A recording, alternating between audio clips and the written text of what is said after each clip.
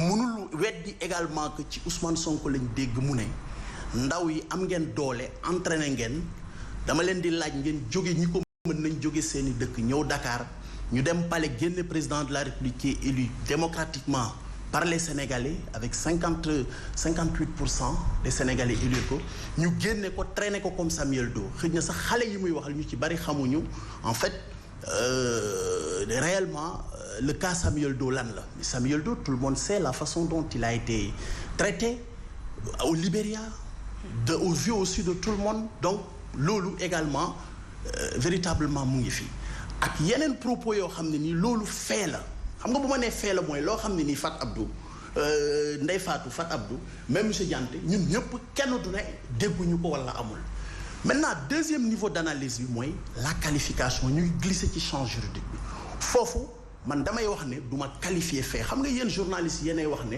le fait il est sacré li may wax ni il est sacré sacralité bi li koy def mooy parce que kenn mënul weddi ne am na maintenant qualification juridique bi kooku dafa am ku ñu koy bàyyeel parce que li ma koy dollil moom ci analyse am mooy man damay nangu ne à ce stade de la procédure Ousmane Sonko bénéficie de ce qu'on appelle la présomption d'innocence mooy lan malgré les charges qui pèsent sur lui malgré le mandat de dépôt bi nga xamee ne que tey juge bi da koy motiver parce que mu ngi wax léegi ci en parlant de mandat de dépôt ne il présente des garanties suffisantes de représentation à justice soit mais mandat de dépôt quand le juge d'instruction le prend c'est sur la base de plusieurs critères le risque de trouble à l'ordre public est un critère boo xam ne ni mën na amener un juge d'instruction ou bien même le procureur de la République à prendre une décision de mandat de dépôt risque de collusion frauduleuse également mën na ko indi donc il y a beaucoup de critères yoo xam ne donc pour man damay jàpp ne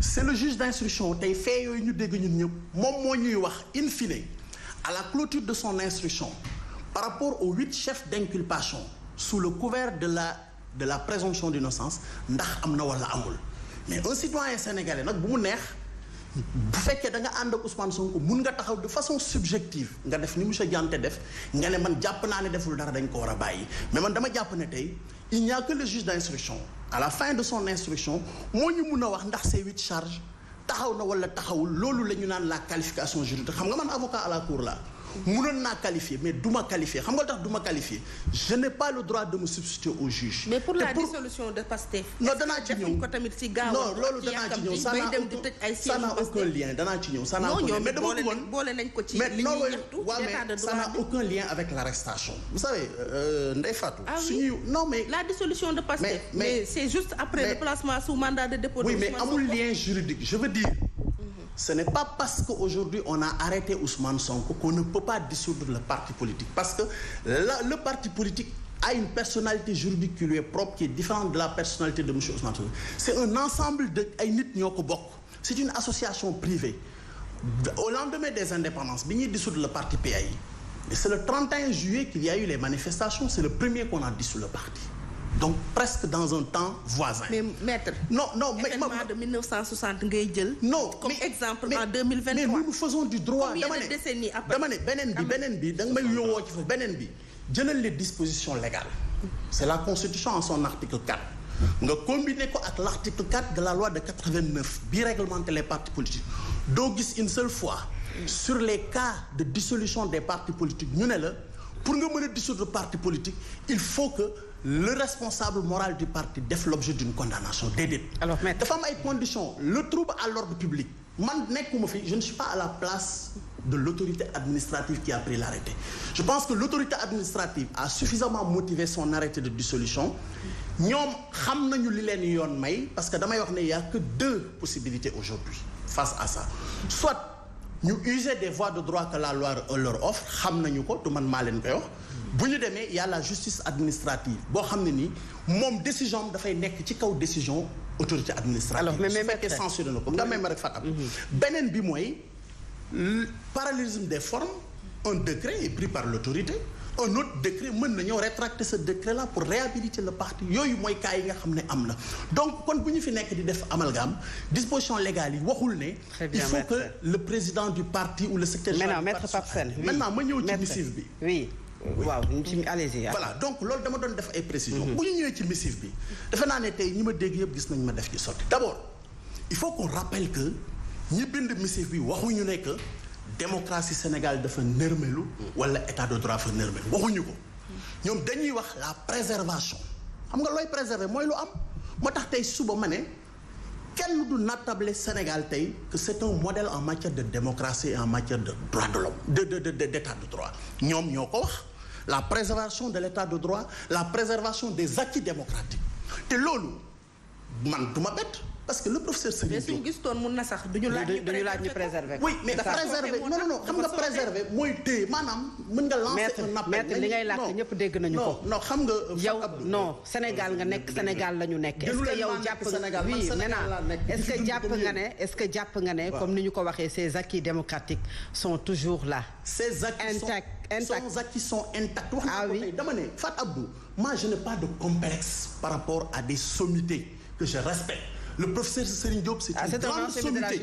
Non, attendez, médiateur de la République. Oui, c'est une grande sommité. Oui. C'est une grande sommité qui a rendu des services notables à ce pays-là. am na sa ni mu amee sañ-sañ taxaw analyser une situation di ci jël position man noonu laa amee sañ-sañ taxaw en tant qu'avocat à la cour fils de ce pays.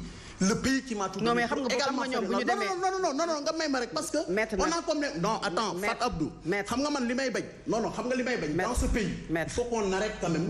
de dire certaines choses tey professeur Serigne Diop. pas imposer quand même su jëloon la position contraire non déglu ma rek. su jëloon la position contraire non defal ndànk maître. defal ndànk mënoo fee nekk di yóbbu tamit. oui mais dagguma la tout à vous avez tellement monopolisé la parole. non je n'ai pas monopolisé la parole. da ngeen ma jox parole pour ma tontu. encore une fois de plus Abdou. oui man dama ne la analyse. et vous êtes invité pour répondre oui. analyse à deux niveaux laay def. oui ci li mu wax ak ci missive bi. waaw mais xam nga loolu daf ñuy jël temps ci li mu wax maintenant maître on se calme seulement. pour wax ne aujourd'hui est-ce que waruñu ci am taxaw seetlu parce que ni nga ko waxee c'est des personnalités politiques des universitaires yu bind. jàpp ne aujourd'hui waroon nañu dépasser foo xamante ne dañuy nësaxal un parti politique. oui mais foofu laay oui di suspendre un parti politique di ko dindi teg ci un leader politique leader de l'opposition nekk ci kaso bi ak li ñu ci wax noonu yëpp est-ce que jarul taxaw seetlu aussi. mais taxaw seetlu bi mooy lan on est en démocratie on est dans un état de droit la dissolution d'un parti politique c'est pas prévu ou non est-ce que c'est pas prévu lan moo tax le législateur constituant prévoir ko c'est parce que c'est une possibilité. Oui. Il faut qu'on arrête. Mais sur quoi on s'est basé pour dissoudre mais le PASTEF? justement sur quoi on s'est basé? Il y a un arrêté qui est une décision administrative, mais ils n'ont qu'à user des voies de droit pour wax parce que déggoo ma la man dama ne du man maay l'auteur de cet arrêté. Je constate que l'autorité administrative à un moment donné a estimé que am na des faits yoo xam ne nii justifié na pour moom. Mais loolu c'est un recul démocratique. Non, c'est pas un recul démocratique, sinon qu'on l'a dissoudre un parti politique en 2023. Je regrette. Quand la loi le code du travail prévoit le licenciement, si vous êtes licencié de votre entreprise, c'est pas un recul par rapport à l'entreprise. Dans notre pays, c'est la loi constitutionnelle et la loi de 89 qui prévoit la dissolution d'un parti politique. Mais pourquoi au nom de Dieu ñu bëgg a wax ne c'est parce que def nañ ko su fekkoon recul duñ ko prévoir parce que ni ñuy prévoir la constitution d'un parti politique prévoir les conditions de fonctionnement d'un parti politique les obligations des partis politiques noonu la ñuy prévoir également la dissolution de parti politique fi may daaneele mooy dama ko wax tey danaa ko waxaat. Je pense que l'appel bi ñu adressé au président de la République c'est pas destiné au président de la République. Ah oui? Et d'ailleurs c'est ça qui va oui parce que il y a des sommités des juristes de renommée ñooy wax. su fekkee tey ñun dañuy xeex état de droit.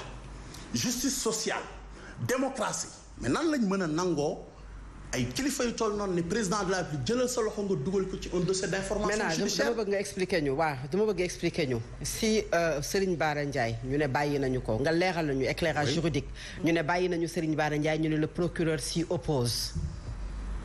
Le procureur oui damay yeggale foofu le procureur est sous la tutelle du ministre de la Justice qui est sous la tutelle du président de la République. Oui. Maintenant si aujourd'hui on parle de l'affaire Ousmane Sonko est-ce que mënul jógee ci président jaar ci ministre de la Justice jaar ci procureur pour que mu lëkkaloo ak le juge d'instruction pour wax moom li mu bëgg ci kaw Ousmane Sonko moom moo tax ñoom ñu bind loolu. non xam nga Fat Abdou. leeralal ñu c'est juste man une je suis question un acteur de la justice. dafa am lu ñu ma jàngal la séparation des fonctions judiciaires. Procureur de la République dans tout procès c'est une partie la maanaam moom du àtte. xam nga mënoo nekk juge et partie. Oui. C'est vrai le procureur hiérarchiquement est rattaché au ministre de la Justice. Dans notre droit également am na ay prérogatives exorbitantes yu ñu ko may.